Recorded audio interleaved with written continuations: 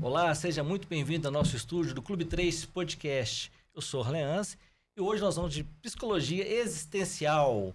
Meu convidado hoje ele é psicólogo, mestre em psicologia pela Universidade Federal de São João del Rei, professor do curso de psicologia do Centro Universitário UNA e do Centro Universitário Faminas. Foi conselheiro do Conselho Regional de Psicologia na gestão 2019-2022. Ele é psicoterapeuta pela perspectiva fenomenológica existencial. Professor Luiz, seja muito bem-vindo ao nosso estúdio. Obrigado, Orleans, pelo convite. Estou muito feliz de estar aqui com você para a gente bater um papo, né? Para conhecer um pouquinho aí do que é a psicologia fenomenológica existencial. Essa palavra fenomenológica é difícil de falar. Sim, pode chamar de fenô, gente. Fenô? Fenô, para os íntimos então, a gente então fala vai ficar fenô. Muito bem. Professor Luiz, eu gosto de iniciar perguntando o seguinte. De todas as profissões que existem, né? Por que a psicologia? Nossa. Bom, já flertei com muitas outras áreas. Na verdade, até hoje eu gosto de muitas outras áreas. Uhum. Mas a psicologia, para mim, é central, né? Então, quando eu me descubro dentro da psicologia, muita parte do que eu já fazia, né? Então, desde muito jovem, eu já trabalhava com outros jovens, né? Outros adolescentes. Então, participei de muitos grupos de jovem, trabalhando questões, desde pastoral de juventude, né? Que era de onde eu venho, assim, com trabalho de jovens. Na verdade, a pastoral de juventude estudantil. E também trabalhava com formações em relação à sexualidade, afetividade, né? Principalmente no contexto escolar. Então, isso já bem jovens, eu fiz meus primeiros cursos, né, nessa área.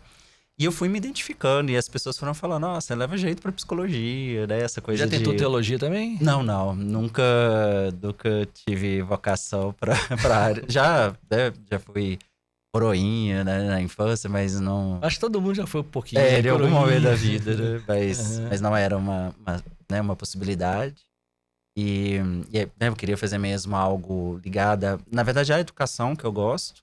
Uhum. Então, eu também já queria ser professor, né? E aí, quando a psicologia parece como uma possibilidade, eu tinha um desejo de ser psicólogo, clínico, mas também docente, que é o que eu sou hoje também, né? Então, além do consultório.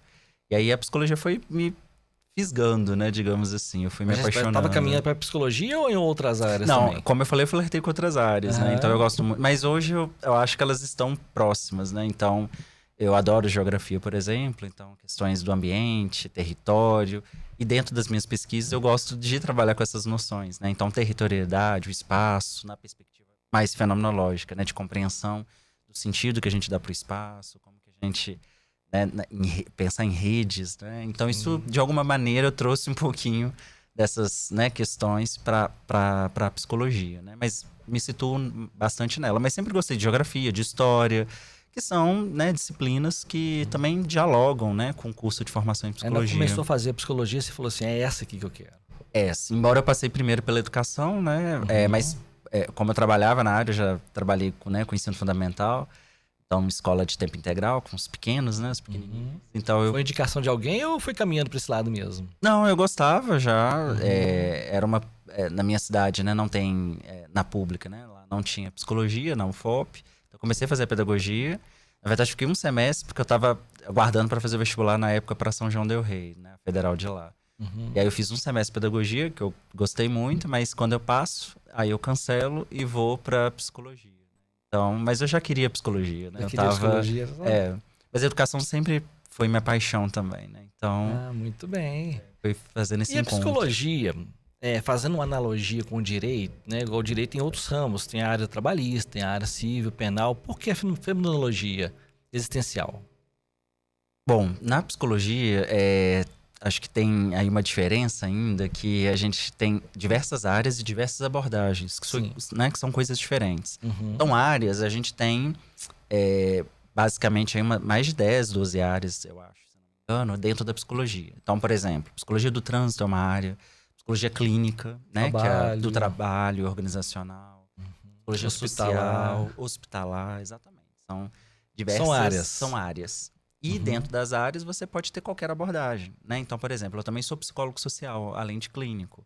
Mas a minha psicologia social, ela dialoga um pouco com a sócio-histórica, mas eu vou mais pro caminho da fenomenologia existencial, né? Pensando aí na psicologia social. Mas você pode ser psicólogo social e ser comportamental, ou ser psicanalista, né? Mesma coisa no hospital. Você pode trabalhar no hospital sendo de base fenomenológica existencial ou psicanalítico, né? Então, a abordagem e a área são diferentes, né? Mas elas E podem como é se que essa aproximar. abordagem ela diferencia das outras? No caso, a fenomenologia, né? Isso. Bom, a fenomenologia existencial, né? Ela hoje já não é tão nova, né? Ela talvez está em ascensão nos consultórios, assim, cada vez mais, né? Mas é uma área já antiga, digamos assim. Mas ela se diferencia por ser o que a gente chama de um terceiro movimento na psicologia, né? Inicialmente a gente tinha ali a psicologia de base freudiana, né? Principalmente. Freud trouxe, né, uma contribuição muito importante para a formação da psicologia, né? Enquanto campo, né? Ciência. E do Mas outro Freud lado... não é fenô. Não. Não. A base psicodinâmica mesmo, né? Da psicanálise. Mas também tínhamos ali a psicologia comportamental, né? Com os primeiros ali behavioristas. E aí a terceira força que a gente chama é esse movimento que vai cindir com esses dois já dados, né? Ou a psicanálise ou a comportamental. Então passa a ser uma terceira alternativa do que a gente chama do movimento humanista na psicologia, né? E aí vem as bases fenomenológicas, né? Então aí é uma força mesmo, porque você tem várias abordagens diferentes dentro dessa terceira força. Então, embora a gente nomeia, né, tudo de um movimento fenomenológico ou humanista existencial, né, como muitas pessoas utilizam, mas dentro desse movimento a gente tem diversas outras abordagens, né? Muito bem. E quais são os principais fundamentos filosóficos, né, da fenomenologia existencial e como elas são aplicadas na psicologia? Sim.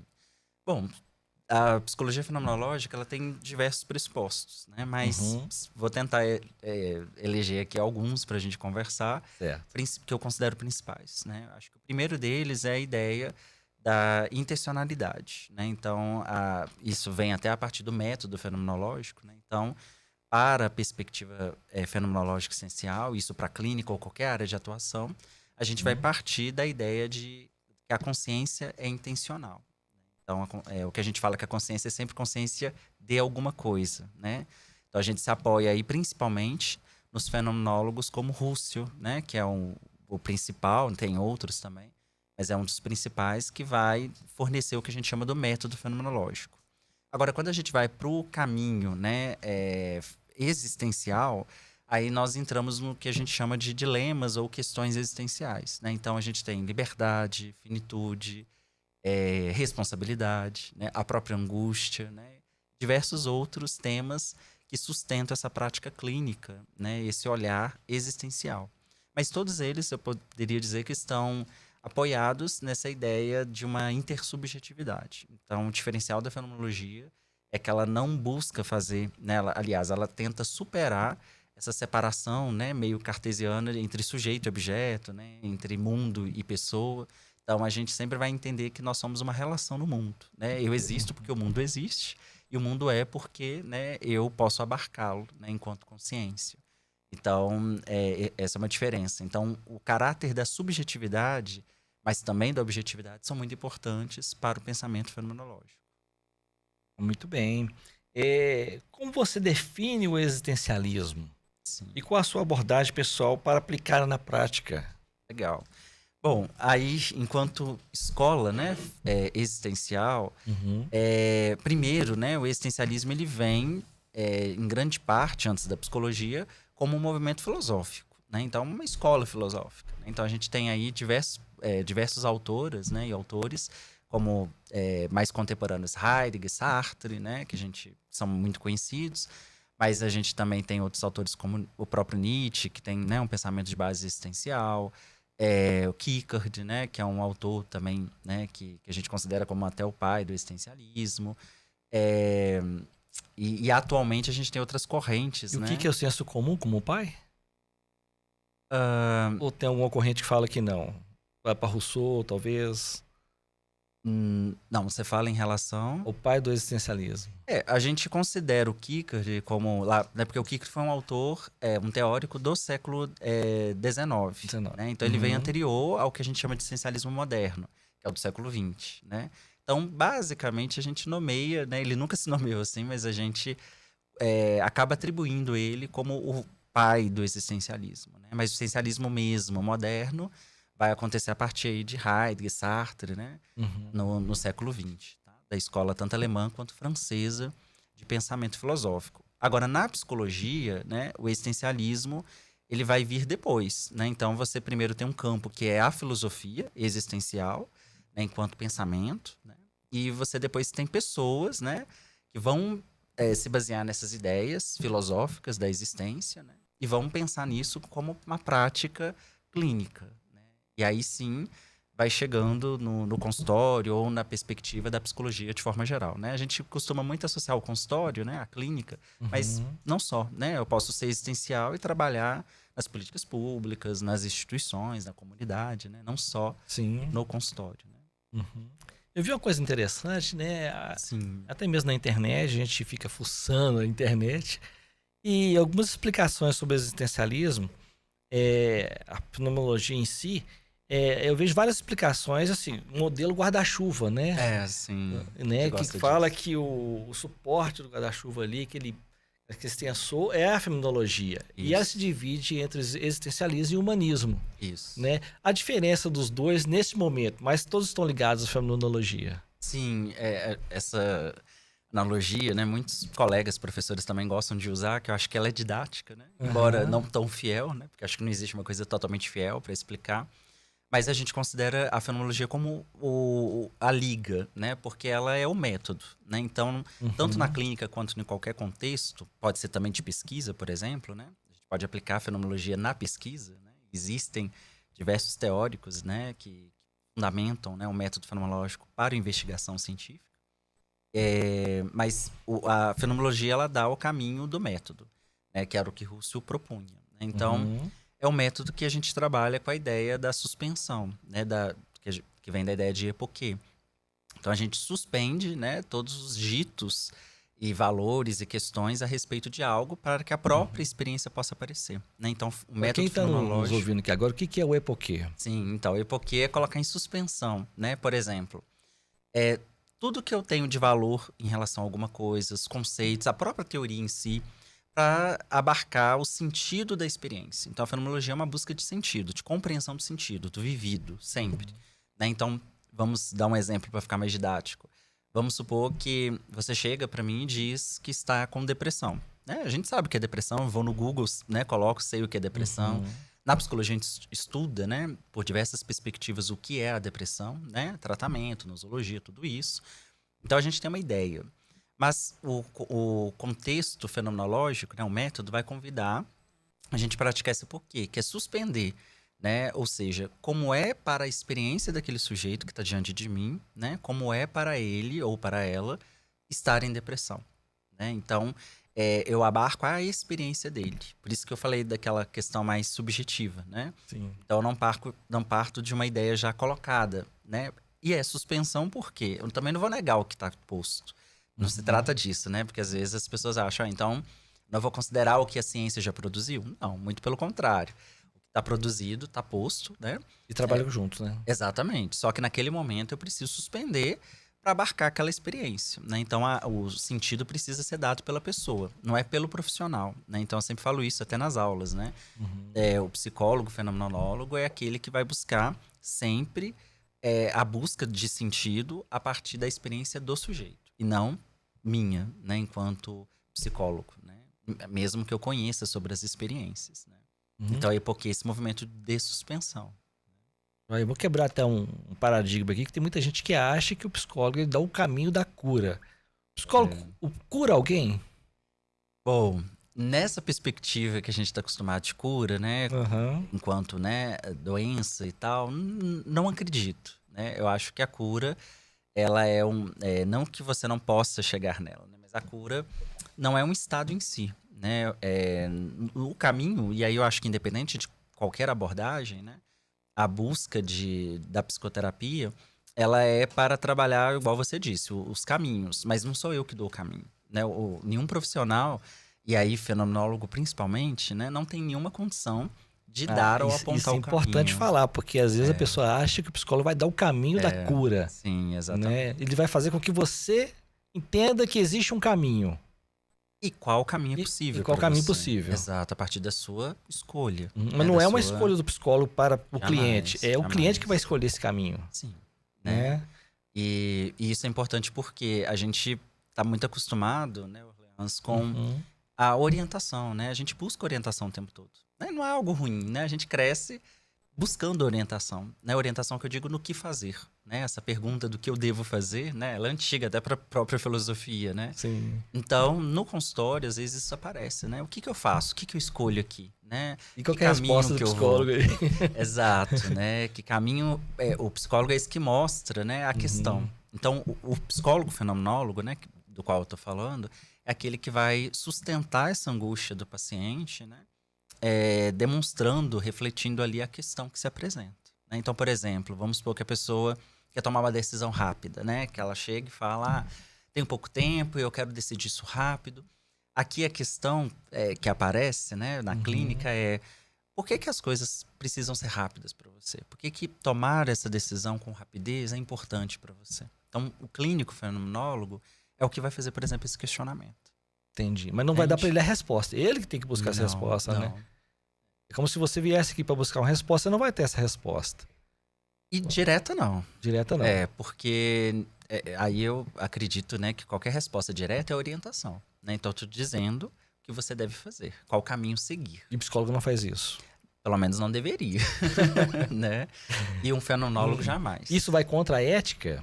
Só contra a ética, porque às vezes você pode até ter alguma perspectiva mais diretiva, né? Que às vezes aponta, constrói caminhos de uma maneira diferente. Já o fenomenólogo, ele vai abandonar qualquer tipo dessa forma de orientação. Vai para um meio indireto. Eu tô quebrando até um pouquinho a pauta aqui. Claro, né? sim. Eu acho Mas ótimo. o psicólogo, ele trabalha com a família também? Com a família dele? É mais complicado um pouquinho quando você trabalha com gente... Você fala com o irmão, os meus familiares? Não. E aí, independente da abordagem, né? Porque você tem um vínculo, né? Então, como é que você vai atender, por exemplo, sua mãe, seu irmão, né? Ou até amigos, Você né? acredita que essa pergunta foi a mais recomendada? É mesmo? Pergunta se eu posso atender, se o psicólogo pode atender o pai, o irmão, primo, tia, tio. Eu acho que sim.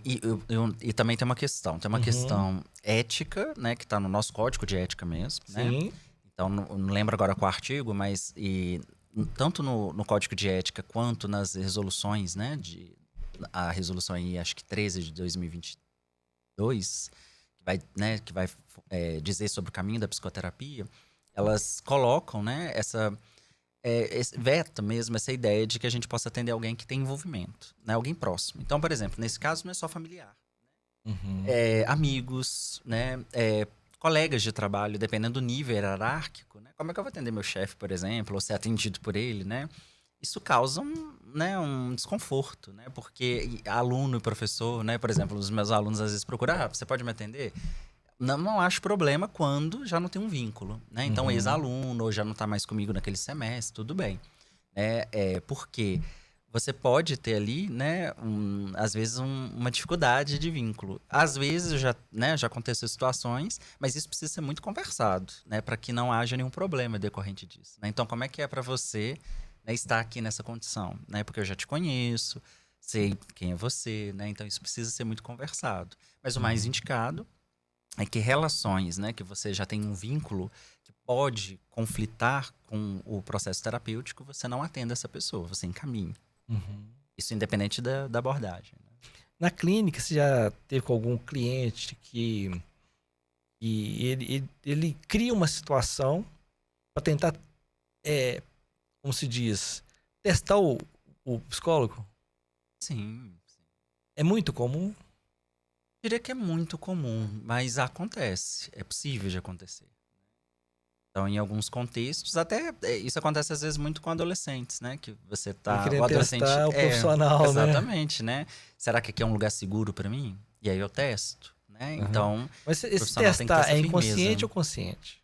Para a fenomenologia, tudo é consciência, né? Então, a gente parte desse desejo que está ali explícito, né? Da intenção, sempre, né? Então, há uma intencionalidade. Bom, vou voltar para a pauta aqui. Não, tem muita coisa para poder perguntar aqui, Leandro. Sim, vamos conversando. Como você lida com os clientes que estão lidando com questões de liberdade e responsabilidade pessoal em suas vidas? Então, vamos lá. Na verdade, todos nós lidamos com a questão da liberdade. Uhum. Né? Isso é um aspecto para a psicologia fenomenológica existencial central. Então, a gente é liberdade, né? E Sartre mesmo, né, que é um autor que eu gosto muito, ele vai dizer isso, né? A gente está condenado à liberdade. Então, por eu estar condenado a essa liberdade, né, eu já ser um ser de abertura, eu também tenho que lidar com a noção da responsabilidade. Se há liberdade, há responsabilidade. Então, aparece aí, Orleans, essa ideia que eu preciso me situar no mundo a partir das minhas decisões, né? Então, eu sou um ser que tem possibilidade de decidir, né? Diferente de um cachorro. O cachorro, a decisão que ele tem é muito circunstancial, né? Se ele vai comer isso aqui ou não vai, por exemplo. Não tão racional, né? Não, né? Dessa consciência, né? De escolher um caminho a seguir, de ter uma insegurança se é o melhor caminho ou não, né? Da dúvida. Isso acomete a nós, pessoas, né? Um animal não tem essa dimensão. Então, a liberdade, ela aparece para todo mundo, né? Agora, a gente vai experimentando, né, isso no dia a dia, né? Então, dentro, por exemplo, de um trabalho que eu faço, né? Eu me sinto feliz ou não aqui, né? E aí, como que eu lido com essa liberdade de poder ou não sair, mas que também está circunstanciado, porque às vezes há questões maiores do que eu, né, naquele momento, que também atravessam essa minha escolha, essa minha decisão. Por exemplo, questões financeiras, né? Então, a liberdade, ela está sempre em jogo, né? Não é tão uma liberdade, é uma liberdade limitada, né? Mas a liberdade, ela nunca é absoluta. Nunca é absoluta, né? Para a fenomenologia existencial, quando eu falo que nós somos liberdade, e, né, Sartre já disse isso, Uhum. Tô dizendo em termos de possibilidade. Possibilidades. Ser é um ser de possibilidades, né? Então, tem uma frase muito famosa do Sartre, né? Não vou saber agora recitar estritamente, mas ele diz que não há... não importa o que a gente faz com... Não, peraí. Eu sou péssimo para lembrar as frases certinhas. Mas ele, né, quando ele questiona essa questão, né, da noção de liberdade, ele vai dizer que não importa muito o que a vida fez com a gente, mas o que a gente faz com o que a vida fez com a gente. É algo nesse sentido, né? Mais bonitinha a frase, mas a intenção dele é essa. O que ele está dizendo com isso? A vida, ela está acontecendo o tempo todo. Então, diversas situações, né, a cada momento, que não está sob o nosso controle. Então, vou dar um exemplo até pessoal, né? Ontem, estava indo dar aula, né? Para outra turma à noite. Me organizei, saí cedo, tranquilo, né? Não foi um dia com estresse de trânsito e nada. Mas saindo ali, perto da minha casa, fui entrar para pegar o anel e tive uma colisão com uma moto, né? Então, isso já... né, gera um caos ali, né? Então, desce, né? É outra matéria, relações de conflitos. Exatamente, né? Aí, né, ver como é que a pessoa ficou. Graças a Deus, né, tudo certinho, ninguém, né, machucou. Esse boletim de ocorrência. Todas essas tratativas. Sim. Eu nem imaginava, né, que eu ia sair de casa e isso ia acontecer. Percebe? Eu tinha planejado até para chegar um pouco mais cedo para fazer algumas coisas. Sim. E aí cheguei em cima da hora, né, para dar aula, já não pude fazer o que eu tinha planejado, porque isso me tomou. Então, o que eu quero dizer com isso? Eu não escolhi esse acontecimento, né? Mas ele aconteceu. Então, a vida, ela tá sempre impondo pra gente situações, sempre. E a questão é como eu me posiciono diante disso que a vida traz, né? Porque as circunstâncias eu não controlo. E é algo muito contemporâneo hoje, né? Eu vejo muito isso no consultório e também nas supervisões, né, que eu dou de psicólogos ou dos meus alunos, né, que estão atendendo na clínica. Essa coisa muito contemporânea da gente tentar ter controle, né?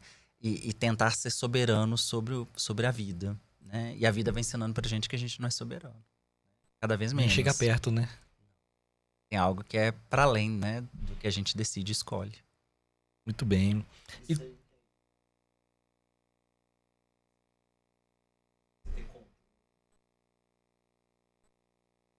Então, o ser humano sempre busca de alguma forma. O controle, ele é muito importante para essa construção nossa, né? Então, controle sobre a questão, né, financeira, familiar, né? Só que a gente vai aprendendo que algumas coisas a gente consegue planejar, organizar, controlar, e outras que é a vida, né, os acontecimentos, a gente não tem nenhuma soberania sobre eles, né? Por isso que o convite existencial é esse, né? Como é que eu encaro, por exemplo, uma doença, né? Claro, tem doenças que eu posso prevenir, me cuidar. Mas tem outras, né? Elas são acontecimentos. E aí, agora que eu lido com essa doença, o que eu faço? Né? Como é que eu vou lidar, né, com isso que eu não escolhi, mas que aconteceu? Aconteceu, né? A fenomenologia, ela trabalha com o passado do paciente. Sim. Ela busca uma origem daquele problema, tenta buscar a origem daquele problema. Ou só do presente em diante, o futuro? Na verdade, isso é um mito, mas eu até entendo muito, né, como que as pessoas veem esse mito, porque popularmente a gente entende, né, por exemplo, que a psicanálise lida com as questões do passado, né, e a fenomenologia do presente. E não faz nenhum sentido, né? A psicanálise, claro, ela faz uma leitura muito, sim, das questões, né, edípicas ali, da criança e tal, mas ela não desconsidera o presente e o futuro. Não tem como. O ser, né, nós somos passado, presente e futuro o tempo todo, né? A gente não tem como desassociar dessas três características, né? A gente é humano justamente por ter essa possibilidade de transcender entre passado, presente e futuro. E para a fenomenologia também, né? A diferença é que a gente não busca uma explicação pelo passado, né? Então, eu sou assim porque na infância. Ok, eu posso até ter tido uma infância difícil, com muitas questões, e isso faz parte de quem eu sou, né? Mas eu não sou só isso, né? A questão é o que eu faço e que posição que eu tenho a partir da minha trajetória. Então, a história, ela está presente. Mas o que a gente sempre fala, enquanto fenomenólogo existencial, é que a gente presentifica as questões, né? Então, sei lá, eu trago um trauma, eu trago alguma situação do passado que está aberta, né? Que a gente chama, é porque se ela acontece, ela ainda está presente, entende? Entendo. Se eu trago aqui, sei lá, eu tive muita dificuldade, vamos supor, né? Da relação na escola. Foi uma criança que eu não conseguia falar direito, que eu ficava com vergonha, e cresci assim, né? Isso é objeto da história, de quem, né? De como foi a minha, sei lá, infância e adolescência. Quando a pessoa traz, por exemplo, um relato desse, a questão que está colocada aí é como que isso hoje ainda impacta, como é que isso está presente, entende? A partir dessa vivência. Então, o passado, ele se apresenta o tempo todo. E como trabalhar o futuro se ele ainda não aconteceu? A gente está em constante movimento no presente. Mas como planejar, como trabalhar as questões de futuro? Eu costumo dizer que o futuro, ele tá sempre com Ele a é gente. incerto, né? Ele é incerto, mas talvez a categoria que mais está presente na nossa vida, né? Porque desde que a gente nasce, né? A gente já lida com o futuro o tempo todo, né? Então, lidar, né, com a escolha, com as decisões, envolve o futuro, né? O que eu vou ser, o que eu vou fazer, como vai ser o futuro. Então, a própria origem da existência, né? Que é onde o existencialismo, por exemplo, vai se basear, né? Vai partir, envolve essa noção, né? Por exemplo, quando a gente entende que nós, enquanto pessoas, né, seres existenciais, somos finitos, somos marcados por uma temporalidade, né? Então, hoje eu tô aqui com você, amanhã eu posso não estar, né? Eu tenho um tempo finito e eu não sei quando vai ser isso. Isso é projeção, isso é projeto, né? E aí, para o existencialismo, isso é muito importante. Quando eu falei lá da liberdade, é nesse sentido. Já que eu sou liberdade, eu tenho uma possibilidade de ser algo, né? Não está determinado o que eu vou ser. Por exemplo, né, a gente estava falando no início aí da escolha da psicologia. Escolhi psicologia, mas poderia ter sido geografia. Sim. E quase foi, né? Eu já pensei em ser professor de geografia. Talvez eu nem teria te conhecido se eu tivesse escolhido geografia, percebe? Então, né, nossas vidas cruzaram na psicologia, enquanto, né, professor da psicologia.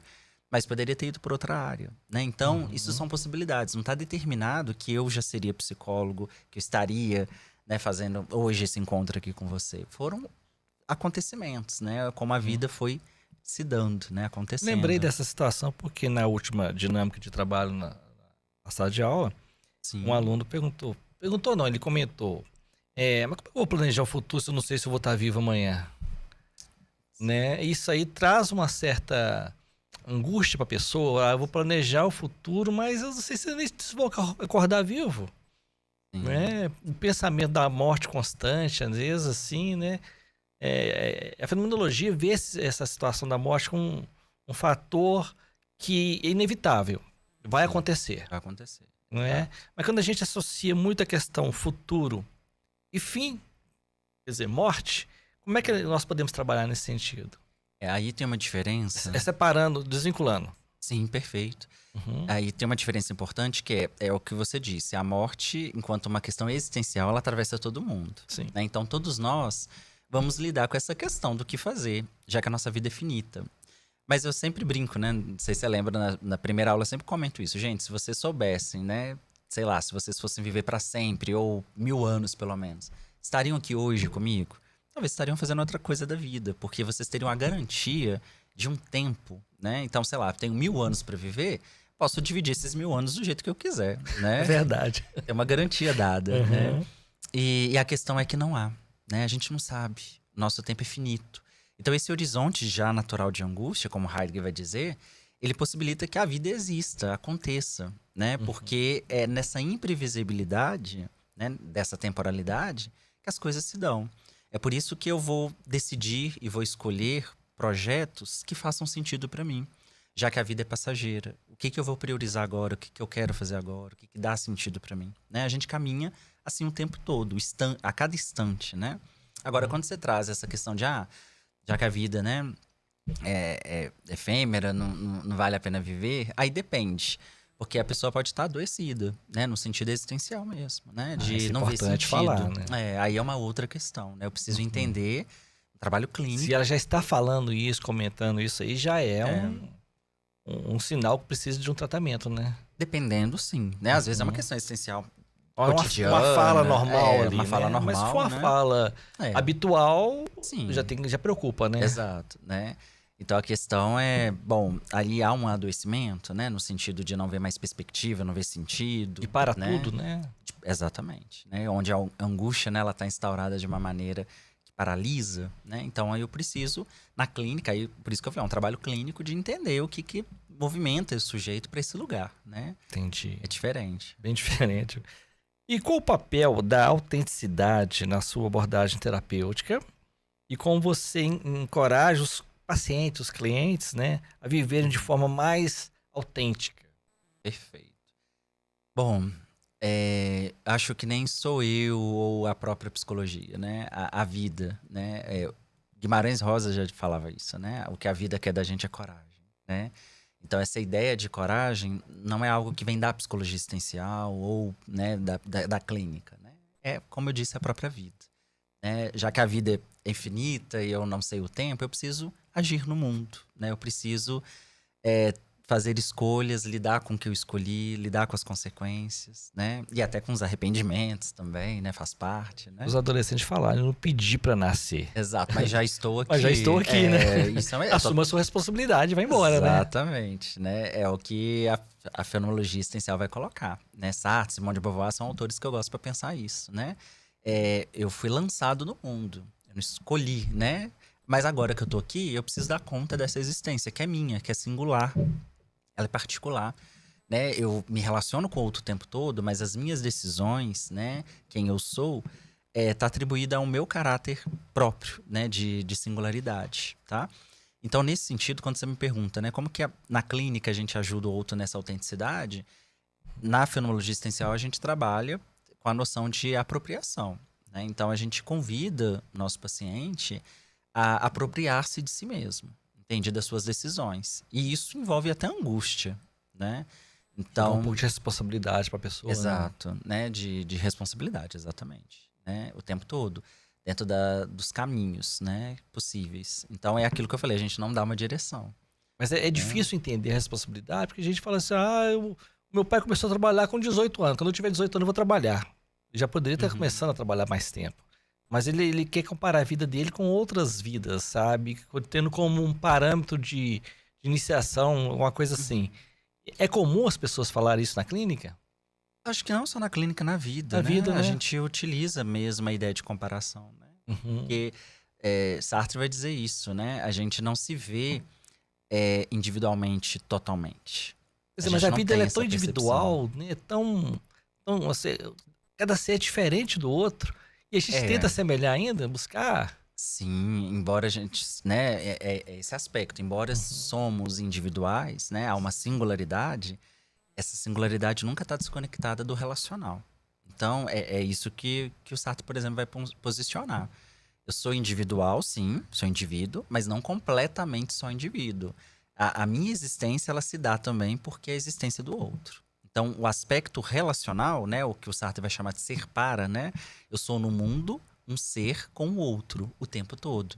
Então, eu também preciso ser visto, né? Eu consigo me perceber a partir de como o outro me vê, tá? Então, é comum essas falas, né? Ah, fulano tem isso, fulano, né, faz aquilo.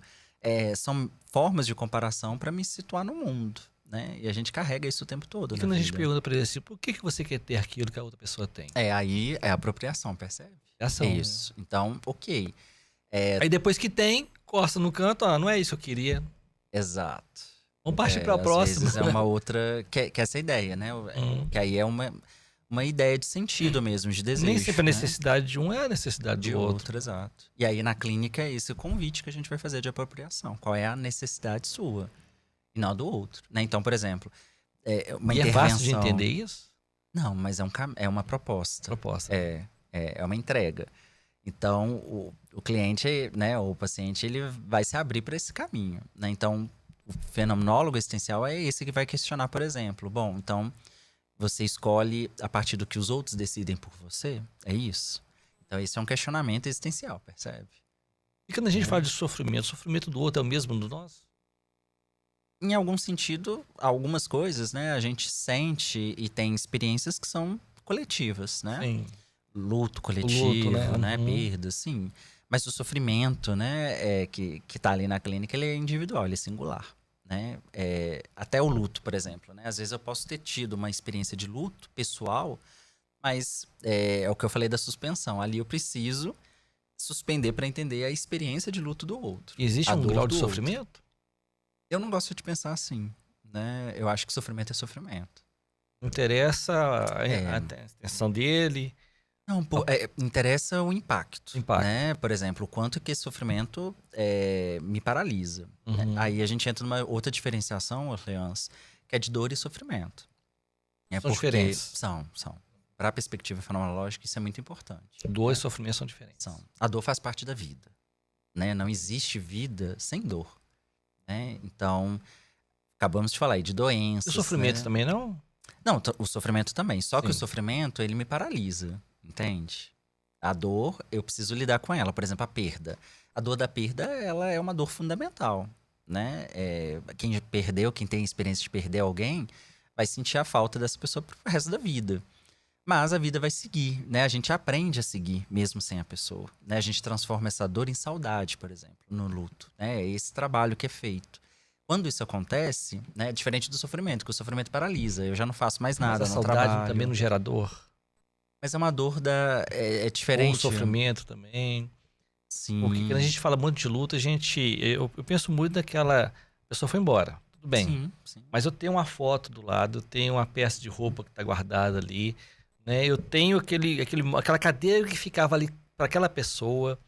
Né? Algumas coisas viram símbolos, né? Sim. Traz lembranças. E traz lembranças, né? Então a gente tem que dispor desses móveis, dessa foto, para poder se libertar desse sentimento de dor e sofrimento. Sim, isso é um processo. Um processo.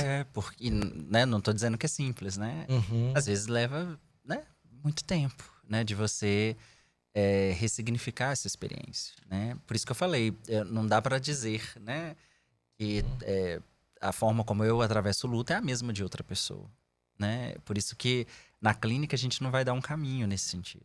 Né? Essa seria, inclusive, a nossa próxima pergunta aqui, ó. Como você aborda as questões relacionadas à morte e ao sofrimento existencial na sua prática clínica, né? Exato. Né, exatamente como a gente estava falando, né? O sofrimento, ele é visto a partir de cada ser, né? Cada ser que sofre. Por exemplo, hoje, né, dando supervisão, a gente estava conversando muito essas questões, né, com os alunos, né? E às vezes, né, um aluno trouxe uma situação de um adolescente, né? E ali, naquele momento, né, a dor do adolescente é uma dor única. E o que a gente tem costume de fazer, né? No senso comum. Calma, jovem, né? Isso vai passar, né? Você vai viver muita coisa ainda, né? É assim, né? Que o pai, a mãe fala geralmente, né? Eu escuto muito isso, né? Eu atendo também adolescentes no consultório. Isso é muito interessante, né? O caminho que às vezes os pais fazem, e né, é entendível isso, é de dizer que vai passar, né? Eu sou mais velho, eu sei que isso passa, né? Esse primeiro amor seu vai vir outras pessoas na sua vida, né? Só que num caminho fenomenológico, né, nessa clínica que eu trabalho, eu preciso suspender isso.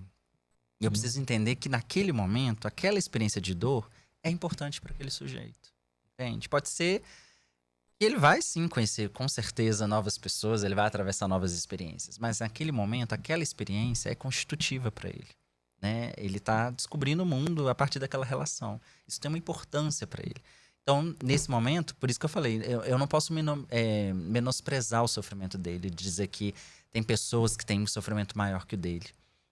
Sim, questões diferentes que o dele, mas não quer dizer que o dele não seja sofrimento, percebe? Sim. Então, esse é um cuidado que a gente tem que ter. Né? Eu vou te dar um exemplo de uma pessoa que eu conheço aqui, não vou dizer o nome, tá?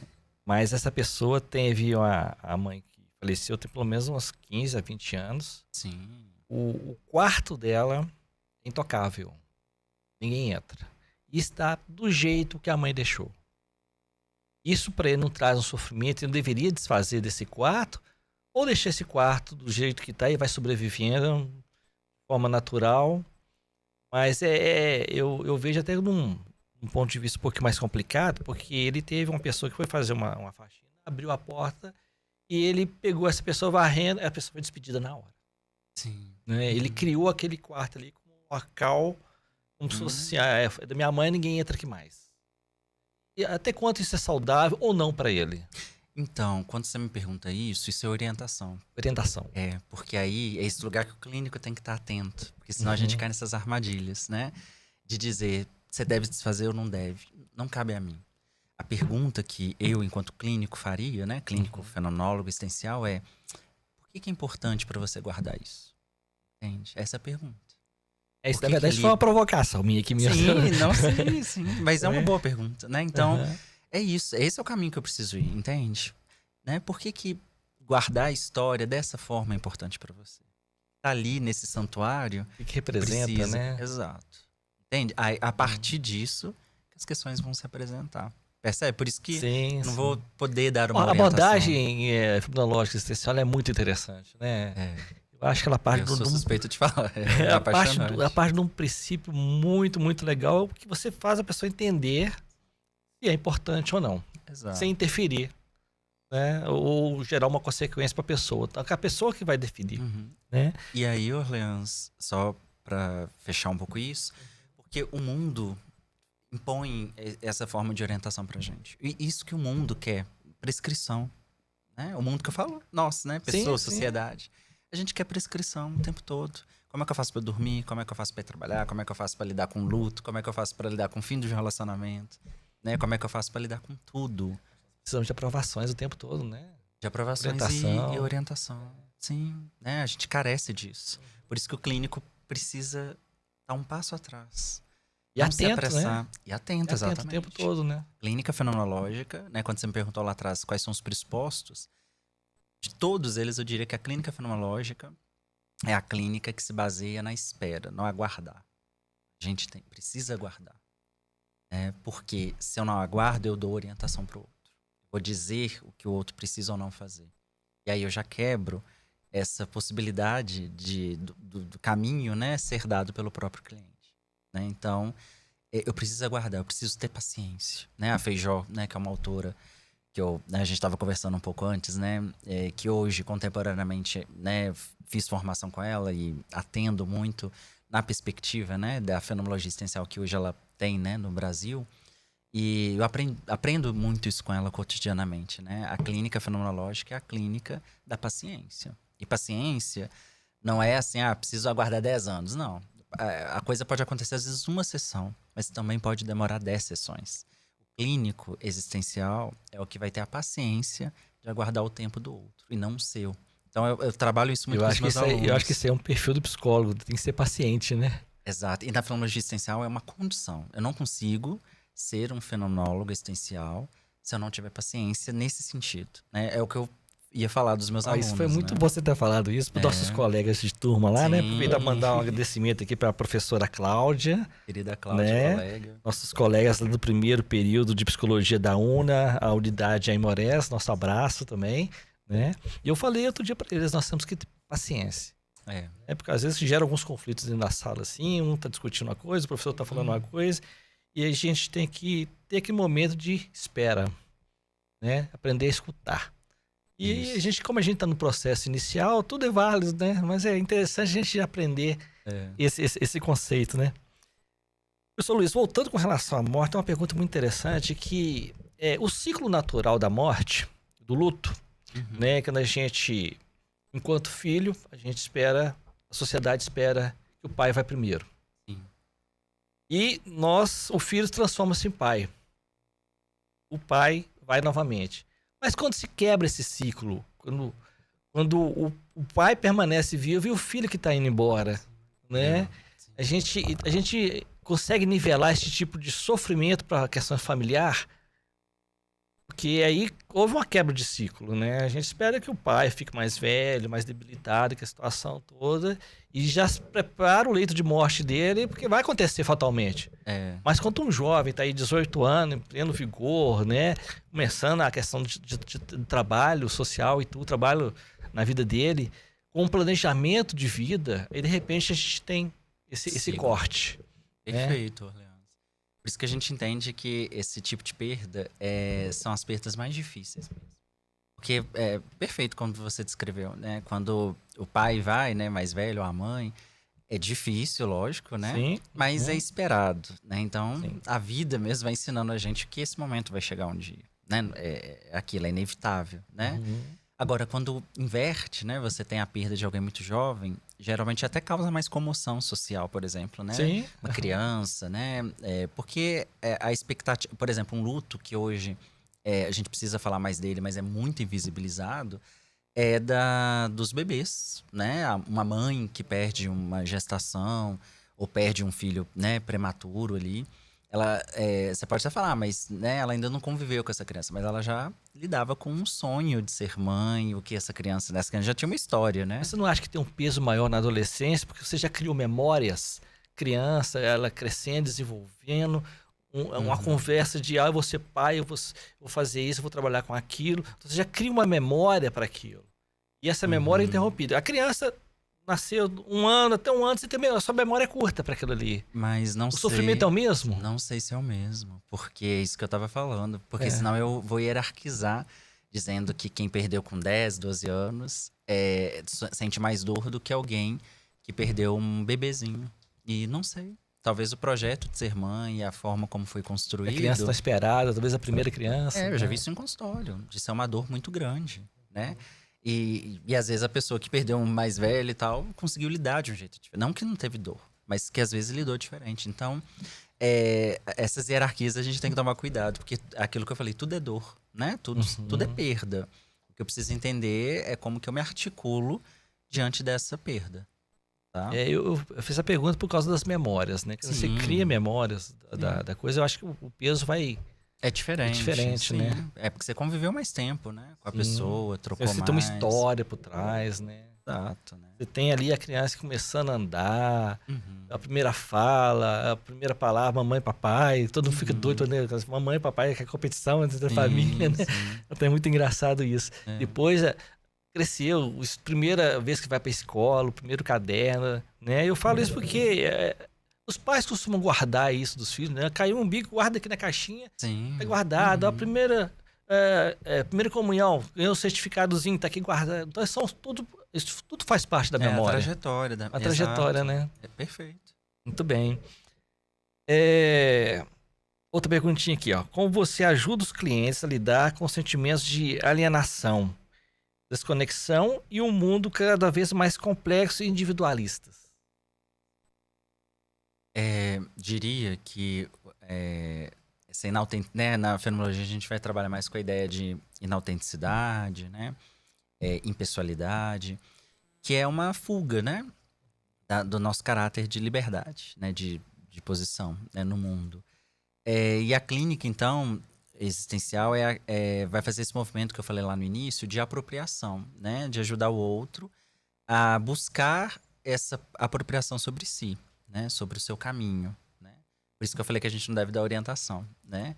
Mas cada vez mais, né, Orleans, no mundo contemporâneo que a gente vive, né, a gente está numa sociedade muito individualista, né? Então a gente às vezes não tem tempo para o outro, né? A gente perdeu pouco do amor comunitário, né? Pelas pessoas, pela comunidade, né? Então, as nossas escolhas, decisões, muitas vezes, elas são feitas de maneira estritamente individualista, né? A gente acabou de atravessar aí, né, a pandemia e a gente viu exemplos belíssimos, né, de coletividade, né? Mas a gente também viu rações de muita individualidade, né? Na verdade, até mais do que individualidade, um individualismo, né?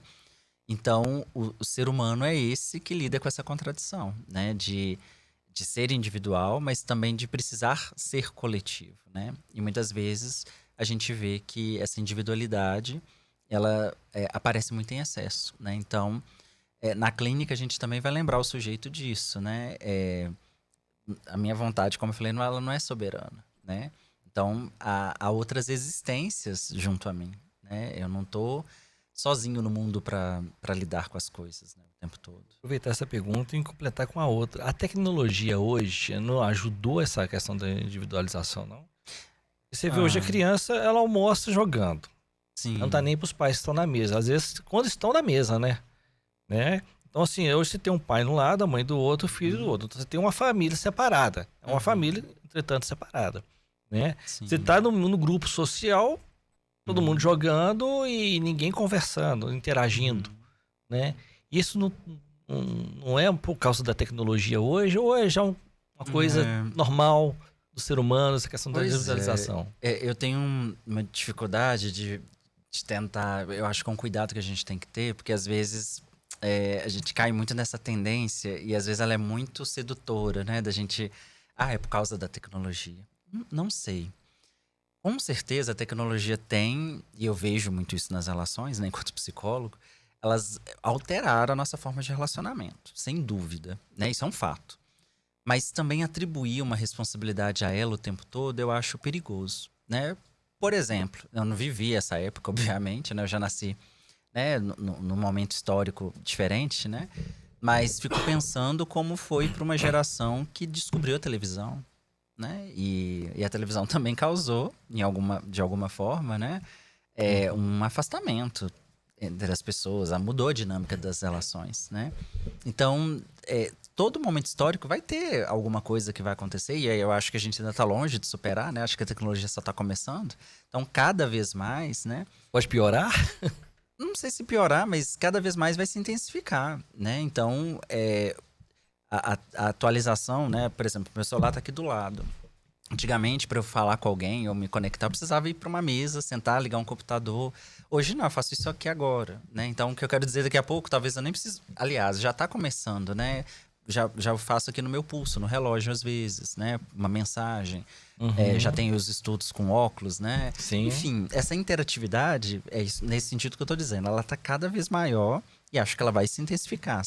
O estudo da própria, né, inteligência artificial está aí para mostrar isso. Mas, aí voltando na sua pergunta, a gente precisa entender o quanto que isso também pode corroborar para relações vazias. Aí sim, sabe?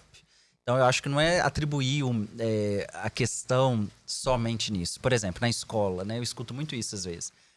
Na época tem alunos que vão fazer, né, intervenções no contexto escolar, e aí é uma questão que sempre aparece. Os meninos hoje, a dificuldade maior dos professores, eu escuto muito isso enquanto supervisor, é lidar com o celular na sala de aula, né? Mas o celular vai estar sempre presente, né? A questão é como que então a gente vai se apropriar dele enquanto uma tecnologia importante para as nossas relações agora, né? De uma maneira que a gente possa produzir também sujeitos, né, que tenham uma relação que utiliza de um senso de comunidade, por exemplo, né? E isso não é a tecnologia em si, isso é algo do humano, né? Então a gente pode se afastar e criar, digamos assim, abismos sociais independente da tecnologia.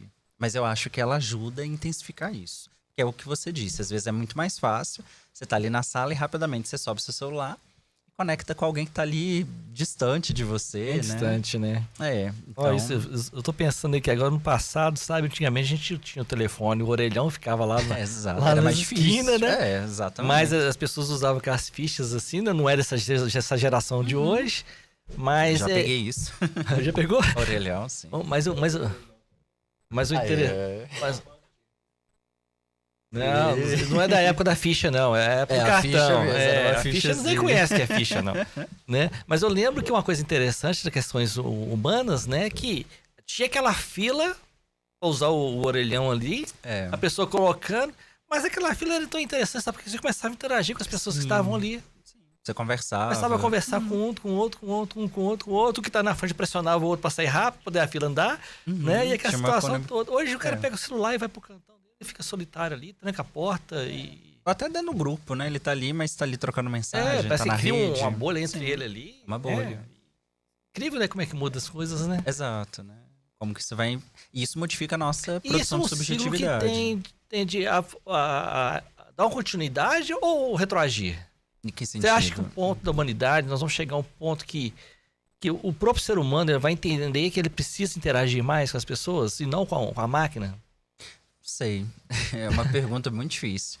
Porque é a mesma coisa de entender... Até hoje, por exemplo, a gente sabe que a fome é um problema crônico. Ela ainda existe. Ela existe. Né? E muita gente tem consciência dela. Mas ela persiste, entende? Então, eu não sei te dar essa resposta. Se a gente vai um dia chegar... Eu acho que em alguns momentos, em algumas situações, a gente entende isso.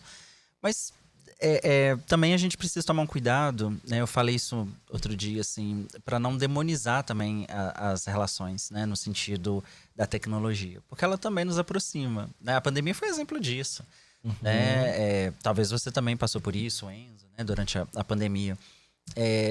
Ficar longe dos amigos é difícil. E às vezes o momento, né? Eu lembro de alguns amigos, né? Que a gente fez um jantar online, cada um na sua casa. Aí foi fantástico, a gente tava com saudade, não tinha como encontrar, obviamente.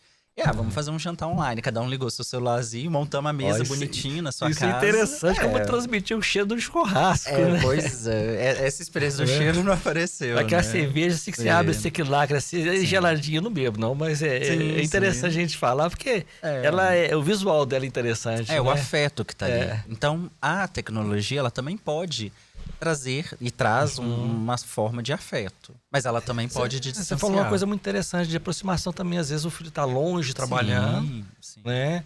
Você tem os pais aqui com saudade e hoje você consegue ver, interagir visualmente, né? Através de um vídeo. Exato. Com o filho, saber que tá bem, que tá tranquilo, tá vivendo bem. Né? Fazer cirurgias remotas, a gente tá vendo isso, né? A inteligência artificial tá possibilitando nós tivemos aqui com um podcast aqui com o médico, ele faz cirurgia de próteses através de robótica. Olha que interessante. Através de robótica. Ele contando aqui, inclusive foi um dos primeiros pioneiros aqui fazendo no Brasil. E eu fiquei de cara, mas como é possível fazer isso? Não, sim, eu tô aqui em Minas Gerais fazendo uma cirurgia lá no Paraná. Nossa, que interessante. Então, acho que é isso. A tecnologia, ela é um dispositivo. A questão é como eu uso ela para lidar com o meu vazio. Aí é uma questão humana que está para além da tecnologia. Entende? Poderia ser o computador, o celular, mas poderia ser a televisão, como eu disse. Ou poderia ser qualquer outro artefato. Qual que é a sua visão sobre a relação entre a busca por felicidade e a aceitação da inevitabilidade do sofrimento na vida humana? Perfeito. É o que eu falei no início, né? A gente, às vezes, cai numa ilusão, a gente que eu falo, né, humanidade, de que eu tenho que buscar felicidade a qualquer custo. E a gente esquece que, é o que eu falei, a dor também faz parte da experiência da vida. E hoje eu vejo isso, as pessoas não têm muita dificuldade de lidar com a dor. Com a perda, com a dor. A gente não sabe mais lidar com o sofrimento. A gente não lida com a angústia, né? Buscando sempre uma felicidade total. E ela não existe. A gente tem, né, momentos de felicidade. Momentos de felicidade, isso. Estar aqui agora, pra mim, é um momento de extrema felicidade. Poder falar de algo que eu gosto, estar com você, a gente, né, fazer essa conversa. Imagino que pra você também, pro Enzo, sim, né, que trabalham aqui com isso.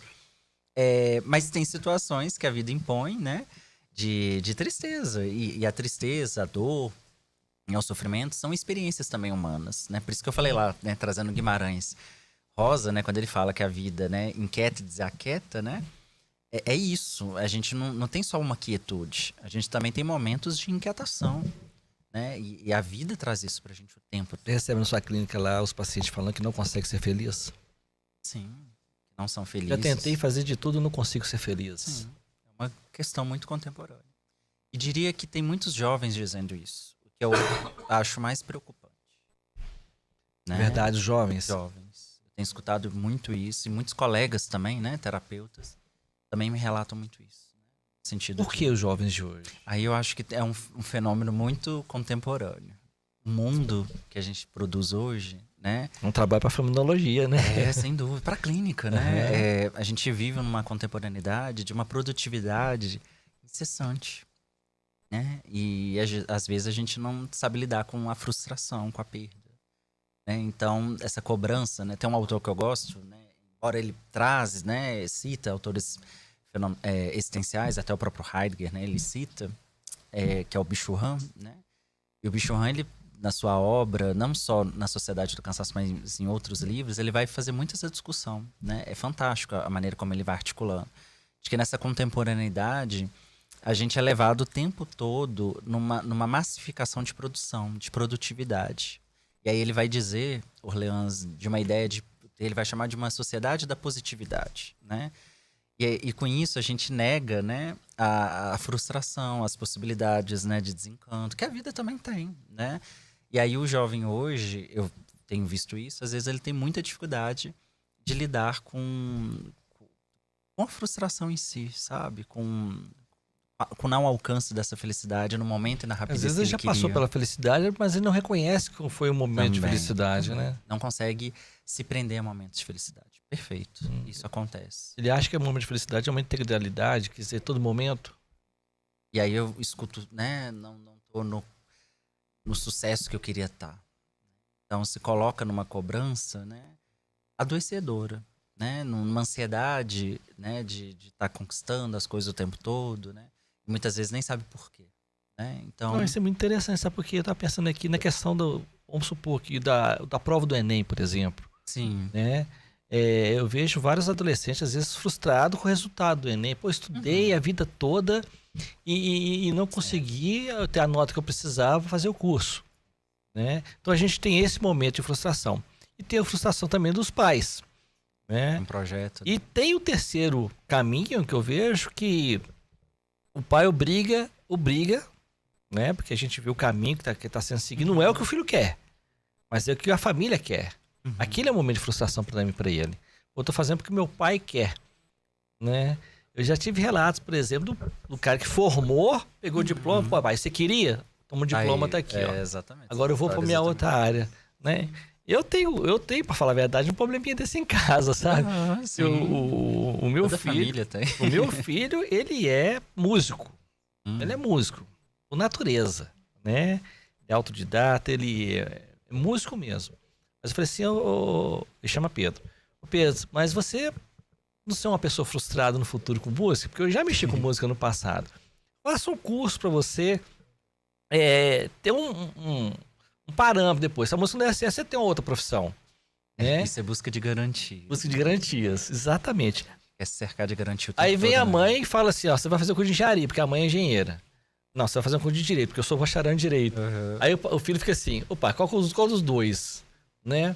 Aí vira e fala assim, mas eu quero ser músico. Não, você vai ser músico, não tá te pedindo você ser músico, mas você tem que fazer um dos dois. Quer dizer, imposição. Imposição.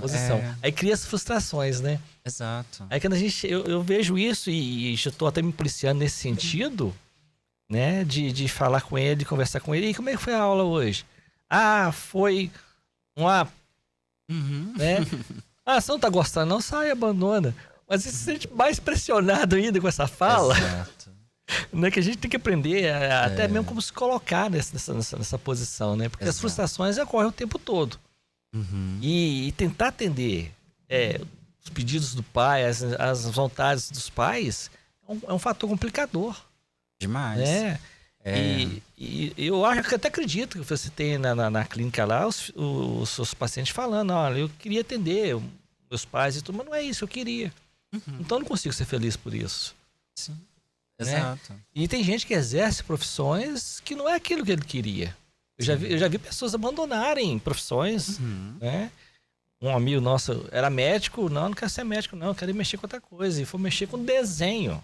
Ele faz hoje esses desenhos aí, tá trabalhando fora do país, abandonou a medicina. Eu achei incrível, né? Mas é uma vontade, né? É uma vontade. Se sente feliz ali, encontrou o momento de felicidade dele, né? A partir dessa escolha. Porque esse exemplo que você traz é interessante.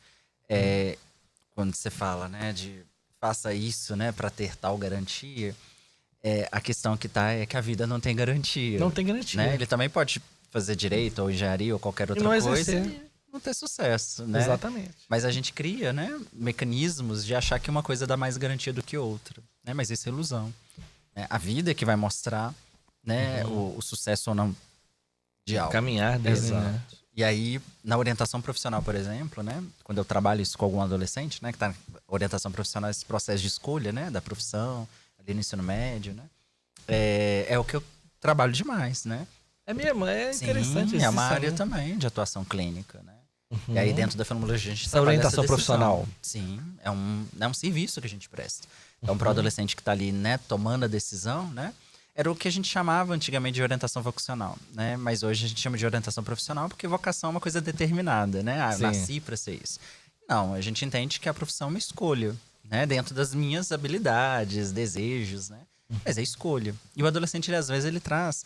Eu vejo muito isso, né? Uma angústia muito forte porque ele precisa decidir algo. Você consegue traçar o perfil profissional dele? A gente traça juntos, né? Juntos, né? Porque a perspectiva que eu trabalho, né, da fenomenologia existencial, é de uma análise da profissão, né, baseada na fenomenologia existencial. Então, é levar o outro para esse caminho de analisar a sua decisão, a sua escolha, né? E não simplesmente traçar o perfil, ó, você precisa fazer isso. Ou, e ele ainda né, consegue assim, sair sem dúvida lá do... Não, a dúvida sempre vai existir. Sempre vai existir. É a primeira coisa que eu trabalho. A dúvida é possibilidade. Porque quando eu escolho, eu não tenho nenhuma garantia, nenhuma certeza de que vai dar certo. Mas também não tem que vai dar errado. Lá atrás, quando eu fiz minha escolha por psicologia, eu não tinha a mínima noção do que ia ser. Tinha uma vontade, mas eu não tinha uma garantia. Já passou pela minha cabeça, e se der errado? Se eu não conseguir? E se eu passar fome? Né? Mas tá dando certo, e entende? É uma escolha, né? É uma escolha. Qualquer profissão é Eu falo isso de experiência própria, sabe? Porque eu tenho outros cursos superiores, né? Sim. Mas a psicologia, no meu passado, não era uma prioridade. Na sua necessidade. Hoje, para mim, é o que eu quero. Perfeito. Né? É o que eu Hoje quero. é um projeto. É um projeto de vida diferente do que foi no passado. Então, quer dizer, eu mudei minha linha de vida. Porque a gente é possibilidade, o que eu falei lá no início. Exatamente. Já que a gente não é determinado, isso para o pensamento fenomenológico existencial é muito importante. Eu sou um sujeito, um ser de possibilidade, de abertura. Então, é isso que faz com que eu não seja determinado, né? De poder fazer escolhas depois de tanto tempo e dizer, olha, hoje na minha vida isso não faz mais sentido. Né? Vou buscar outra coisa que faça mais. Eu tô quase mudando a minha linha de caminhar, viu? Eu tava indo muito pro TCC, eu vou vir agora pro outro lado. Eu acho que a abordagem é muito interessante. Sim. Né? Essa forma de pensar, de agir, né? Eu tô achando muito legal, sabe? Eu acho que eu sempre pensei nesse sentido, sabe? Porque a questão comportamental... Eu trabalhei há muito tempo, somente nas questões de trânsito, né? Quando a gente analisa por que acontece aquilo, né? Aí vem aquela historinha do Pateta antigamente, que desenho do Pateta, que ele sai no trânsito, muda totalmente. A primeira coisa que acontece, ele sai de uma personagem e entra em outra. Perfeito. Então, assim, aquele desenho é fantástico para a linha comportamental. Sem dúvida. Né? Por isso que eu tava assim, comportamental para mim é legal, porque eu trabalhei muito tempo com trânsito. Eu falei assim, isso aqui eu quero seguir, quero entender isso aqui. Né? E a mente humana é difícil de entender. Né? Mas eu até brinco, assim, que essa escolha, né? Eu vou ficar muito feliz se você for para a fenomenologia, mas também vou ficar muito feliz se você for para qualquer outra área, né? Por quê? Precisa fazer sentido para você, não pode ser para mim. Né? Eu sempre falo isso para os meus alunos, né? Vocês precisam encontrar o caminho de vocês, né? Nós, professores, a gente inspira vocês. Eu lembro dessa fala do primeiro dia de aula.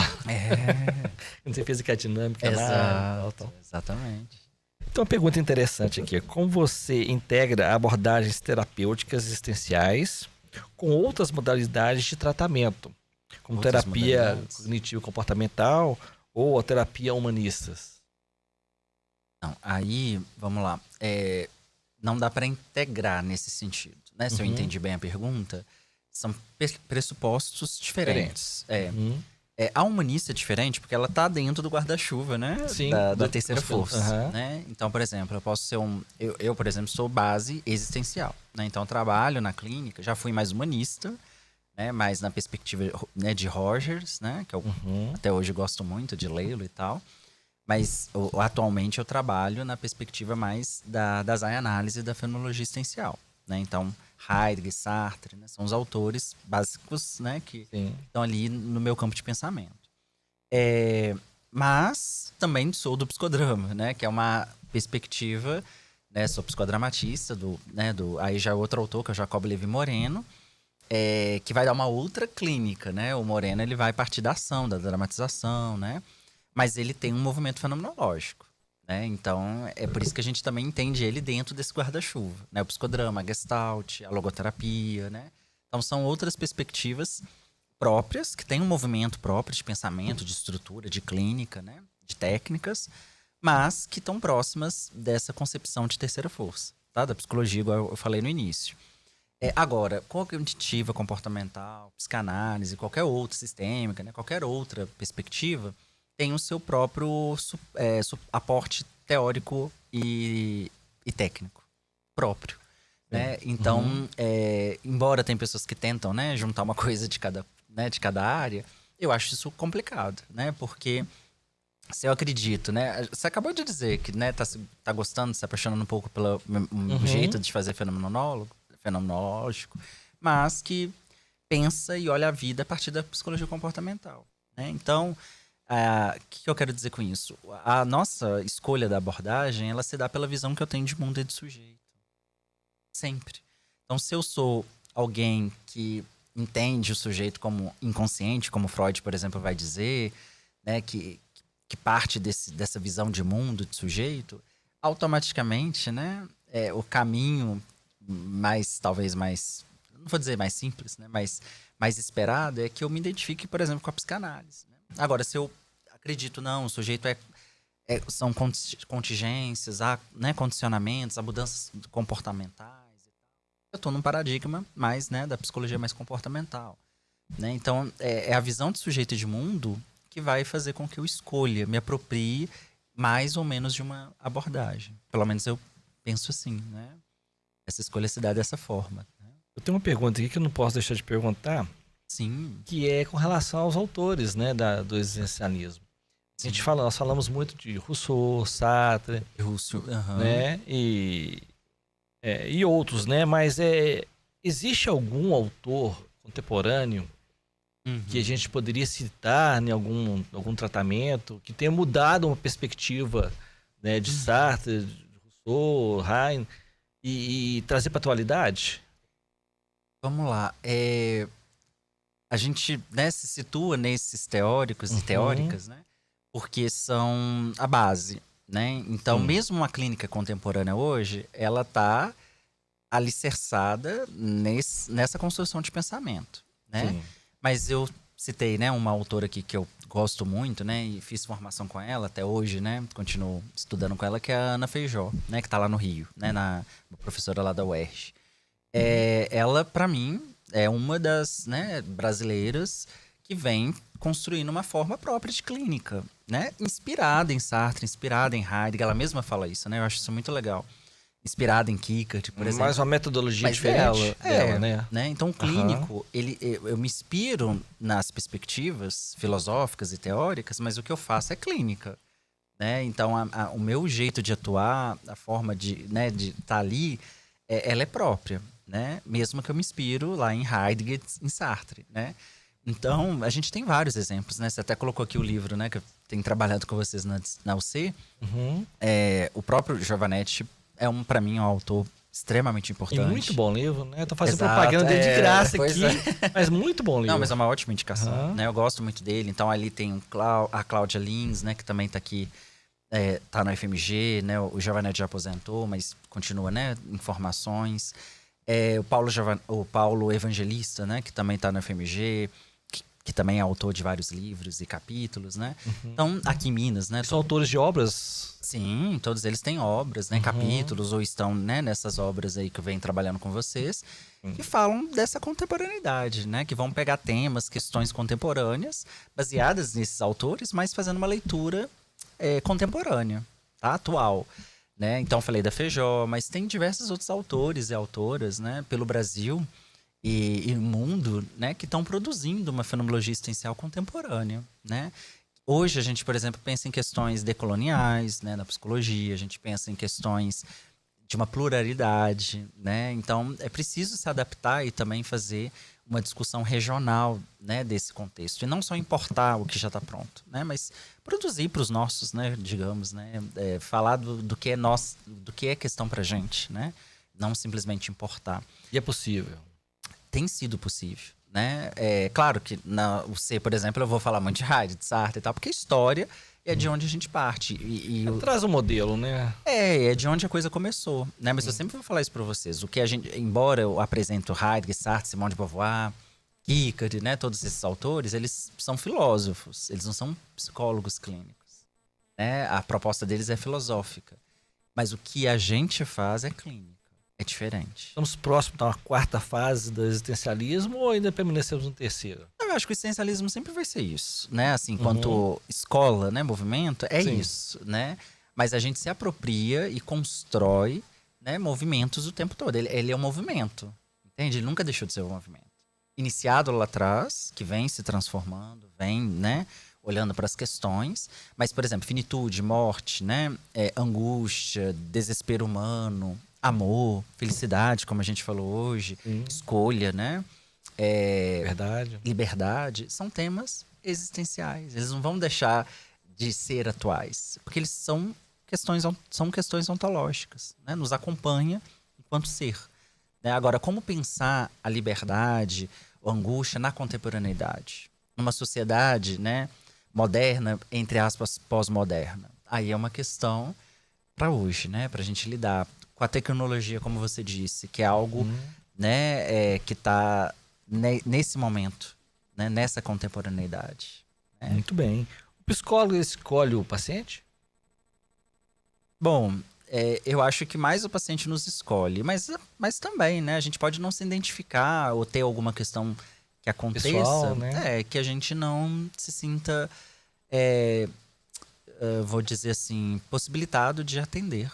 Né? Então, sim. Eu vi psicólogo assim, ó, eu só atendo mulheres. Ah, tá. Não, aí é um recorte de trabalho. Recorte de trabalho. Sim, né? Eu tenho, por exemplo, eu dou supervisão para psicólogos que às vezes só atendem, né? Faz um trabalho específico com mulheres, ou população LGBTQIA+, ou crianças apenas, ou se especializa em autismo, né? Como a gente falou, né? Hoje.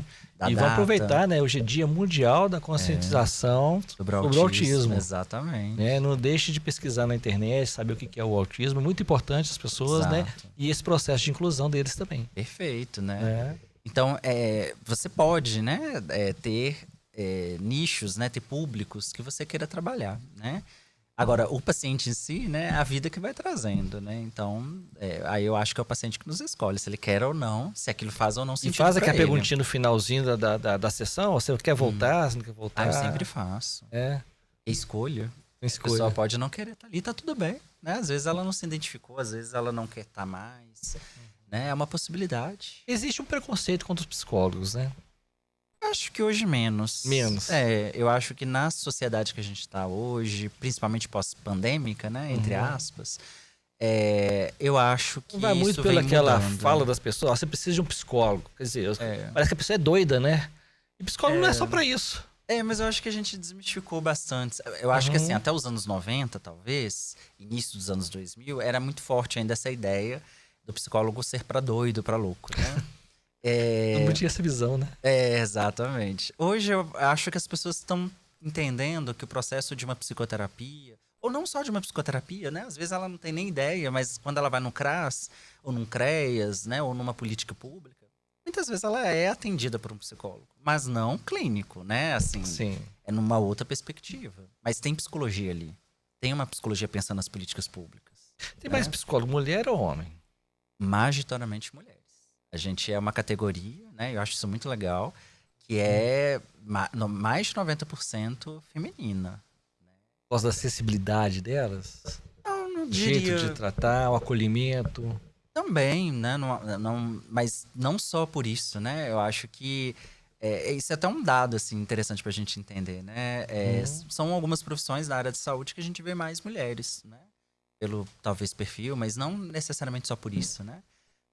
Então, é uma profissão, sim, com maior número de mulheres. De mulheres. No Brasil hoje nós já somos, depois eu posso atualizar essa informação, mas se não me engano, tá? O último censo aí que a gente teve aponta para mais de 400 mil psicólogos no Brasil, né? E isso faz com que o Brasil seja um dos maiores países de mais psicólogos no mundo. Ah, que interessante esse É dado. muito interessante. A psicologia hoje, ela tá... Tanto é que a gente vê muitos cursos de psicologia. As pessoas estão buscando. Por isso que eu falo que eu acho que tá mudando, né? As pessoas estão buscando, estão se abrindo mais. E entende que isso é um processo. Será que as pessoas buscam a psicologia como curso para poder até mesmo se entender? Né? Aí, Faz uma auto-reflexão. Aí eu acho, aí eu brinco que se você faz psicologia para se entender, você perde tempo. Perde tempo. Porque... não, claro, o curso traz autoconhecimento, ele vai mexer com você, obviamente. Sim. Né? Eu já vi muitos alunos mudarem durante o curso, porque vai fazendo sentido, vai tendo um encontro ali consigo mesmo. Fazendo uma reflexão com a gente faz isso o tempo todo. Mas a gente pode fazer isso de outras maneiras, né? Então, acho que fazer psicologia para se conhecer é meio complicado. Eu acho que você pode fazer terapia, né? O psicólogo, ele procura outro psicólogo poder fazer um trabalho, terapia, alguma coisa assim? Deve. Eu, por exemplo, faço terapia até hoje, né? Faço minha supervisão. Dou supervisão, mas também faço minha supervisão. E é isso, né? A psicologia é uma profissão que a gente não para de estudar e também não para de se cuidar, né? Para eu cuidar do outro, eu também preciso cuidar de mim, né? E no momento em que eu... A palavra-chave da psicologia é cuidar. Cuidar, né? Essa escuta, ela precisa estar afinada. É claro que chega um momento que, às vezes, as minhas questões estão mais ok, não tô dizendo que né, assim, tão perfeitas, né? E que eu, às vezes, não preciso ali de buscar psicoterapia por um momento e tal, né? Mas, pessoalmente, eu gosto, né? Então, eu gosto de estar em terapia. Essa pergunta é muito ligada que eu vou fazer agora aqui, ó. Sim. Como você cuida de si mesmo para evitar a exaustão emocional, porque isso pode acontecer, né? E ao lidar com as profundas questões existenciais dos seus clientes. Olha você ver. Isso é bem profundo. Bom... Esse eu deixei para a última. Não, sim. A psicoterapia é um dos caminhos de cuidado. Também a gente tem que tomar um cuidado, né? Outro dia eu recebi um questionamento assim, né? Como dizer pro outro que a terapia é importante para todo mundo fazer? Eu falei, não sei se é importante para todo mundo fazer, né? Isso daí eu tô direcionando, né? Tô dando uma orientação, né? Sim. Pode ser, mas também não quer dizer que todo mundo tem que fazer. Às vezes a gente vai se apropriar das questões de outras formas, né? A arte é uma delas, né?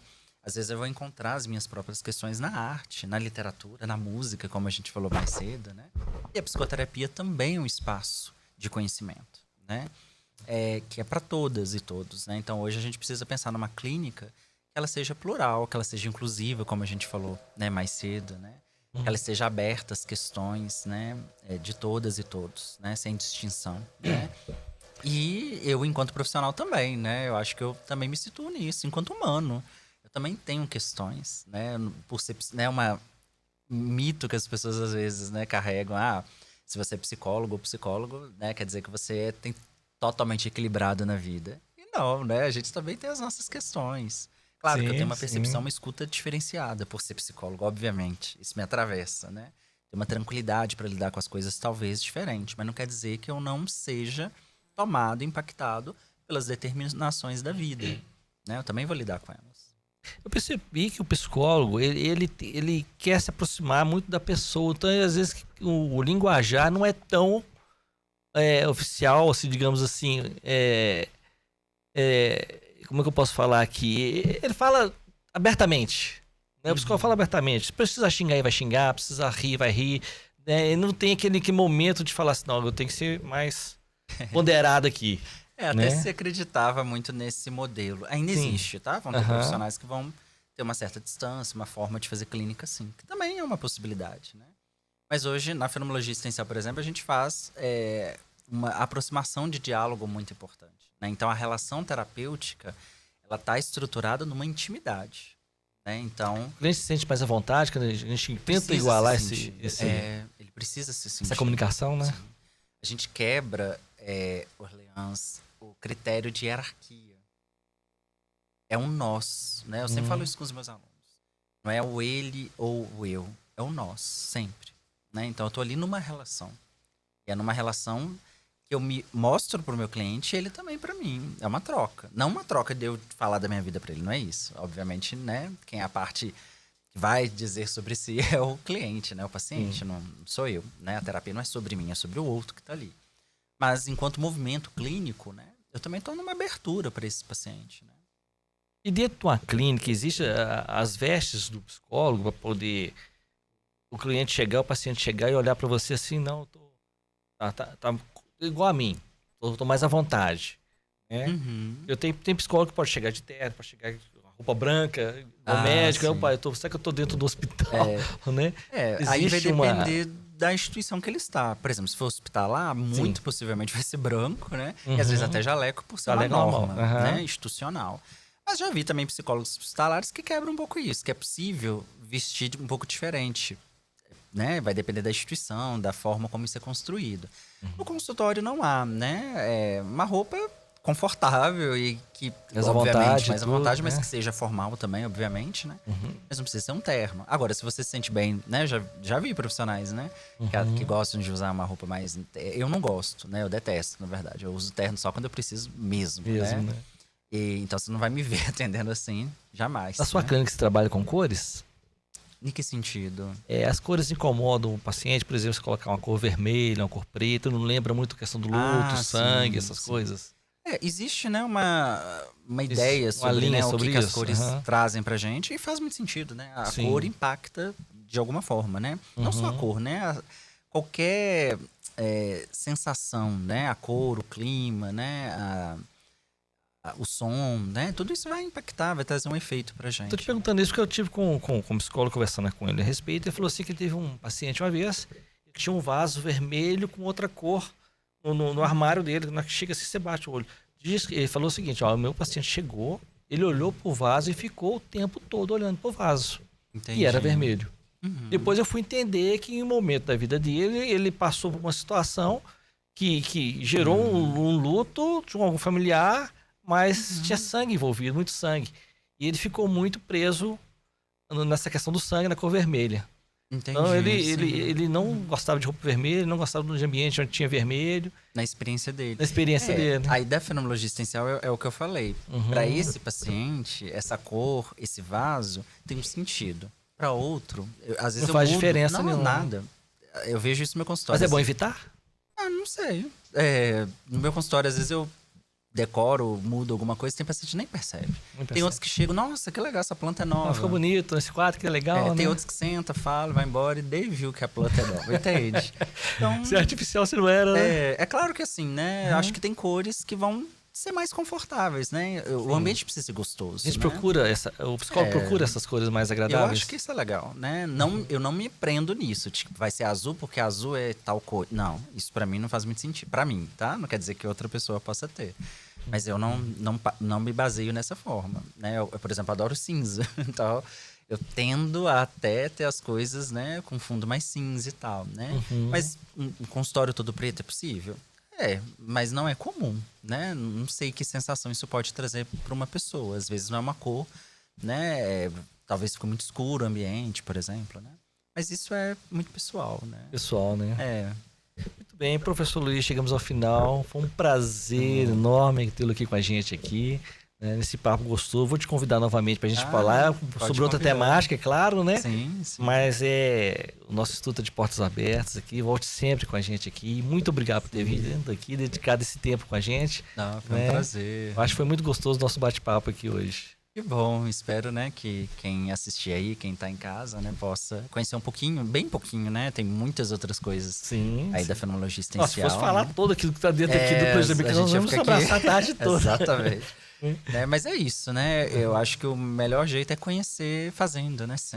Tendo a experiência, né? Para quem quer conhecer hoje a fenomenologia existencial, tem algum livro de indicação? Tem diversos. Para o iniciante, aquele que não tem base nenhuma, está começando agora. Diversos. Assim, seria até injusto citar um só. Mas vou citar, né? Eu acho que um livro que, para mim, né, foi muito importante na minha... E eu fico até feliz, esse livro agora está na terceira edição, né? Da Ana Feijó, que é Escuta e a Fala em Psicoterapia. É um livro até que eu trabalho em psicoterapia. É um livro que eu sempre indico, assim, quando as pessoas me pedem uma indicação, Eu gosto dele porque ali é possível ver como a clínica funciona, né? A parte dos exemplos, da parte teórica, né? Que a professora Ana Feijó vai abordando. Mas também tem diversos outros. Esse mesmo, né? Que você trouxe aqui, né, da coletânea, né? Psicologia Clínica, do Giovanetti, da Cláudia e do Paulo Evangelista. Aquele primeiro né? passo, o que é existencialista também é muito interessante. Para entender, né, o pensamento existencial. Ele é básico, né? Mas ele é interessante. Então tem diversos, né? Então vídeos... Hoje, né, a tecnologia, a gente falou tanto disso, ela é um campo aberto, né? Então tem muitos vídeos, muitas aulas, muitos eventos online gravados, né? Que as pessoas podem assistir. Esse final de semana eu fui todo participante de congresso, seminário. Exato, né? É um caminho, né? É um caminho. Então tem muita coisa, né? E vai ser um prazer voltar aqui outro momento. Não, já está convidado, né? Vamos agendar pra gente retornar aqui. Podemos discutir outros temas aí dentro. Você quer deixar uma mensagem pro público que está assistindo? Os alunos? Pra quem vai assistir esse programa, com certeza, né? Bom, a mensagem eu acho que é mais a partir da nossa conversa da gente tentar se apropriar, não é uma tarefa fácil, mas da gente se apropriar da gente mesmo, né? Eu acho que o mundo hoje, né, aquilo que eu falei, né, tentar fugir das orientações, né, de voltar um pouco pro meu desejo, pro que eu busco, claro, entendendo que o meu desejo não é soberano, né? Eu também lido aí com as determinações, né? Mas de tentar colocar a minha cor, né, a minha marca aí no mundo a partir daquilo que é importante para mim, não só querer copiar, viver, né, em modelos externos, né, mas aquilo que faz sentido para mim, né, buscar o sentido das minhas experiências, né, dentro das circunstâncias, né, das possibilidades. Acho que é um pouco isso. Bacana. Lembrando, gente, que esse episódio é o segundo episódio do canal que nós estamos criando, chama canal Psic.ideias. É um canal voltado para os estudantes, não são psicólogos, deixo bem claro. Tá? Não vai se tratar de coisas do psicólogo em si, mas uma fala de estudante. Né? Que é muito importante um estudante estando orientando o outro, como proceder, as leituras. Né? Tem muita leitura, né? Nossa Senhora, é muita leitura. Haja espaço na biblioteca, né? Exatamente. Muito bem, então é isso. Muito obrigado, professor Luiz, e até a próxima. Até a próxima.